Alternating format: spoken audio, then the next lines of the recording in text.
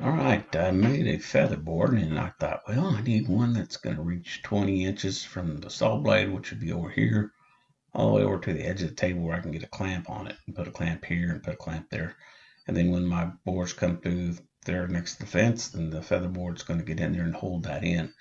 My problem is that my throat plate was aluminum or wood, and the magnetics would not stick in this area. It was fine if you had a wider board and I could clamp that out in the middle of the table, but that wasn't the case.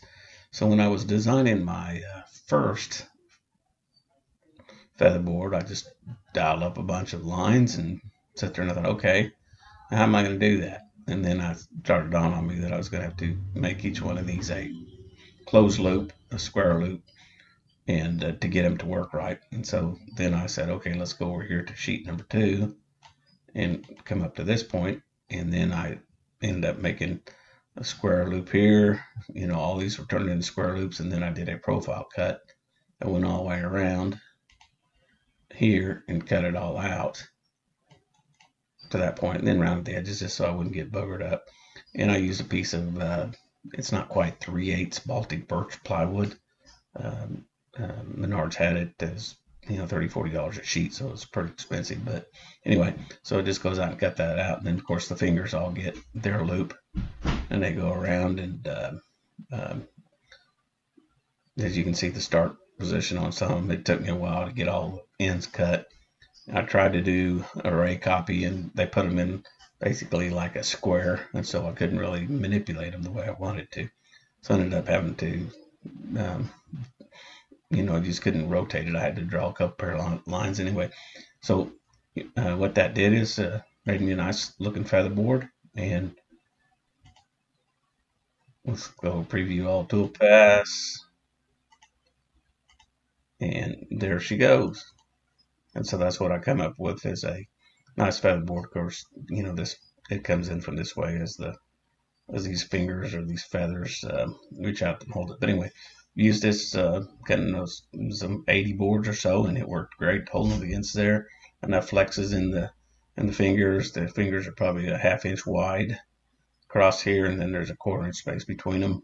And they're probably close to almost 3 inches long. And so it made out for a good feather board. And all right, sometimes you need a fingerboard for your table saw. I've got this one here, but the only problem with it is my aluminum plate, the magnet doesn't grab, so it flops out like this. And so what I did is I took this and I made my fingers about the same length as that one. Of course, mine are a little bit longer. And I made my fingers a little bit thicker because this is hardened plastic. Anyway, so these are about a 1/2 inch wide fingers. I got about a 1/4 inch notch. I cut it out with a 1/8 inch bit, and it worked good. And I basically put the slot down the edge of my buck saw and was able to, get my fingers to hold it tight, and it worked out really well. So I was really pleased with that. Let's see. Right now I'm in the middle of making buck saws, but I had went out here to my Aspire and had taken a piece of that, and I just made a template, cut it out of some, it's a little heavier than 1/4 inch. This is some Baltic birch plywood, a little heavier than just underlayment. That's just cheapo underlayment on the bottom. That's what I cut into all the time. Anyway, that came out good, so I'm gonna pop that up and get that out of the way. But the neatest thing is that is working really well. So I've been needing one that gets me right to the blade. So when I'm cutting something really small, it does a good job of that.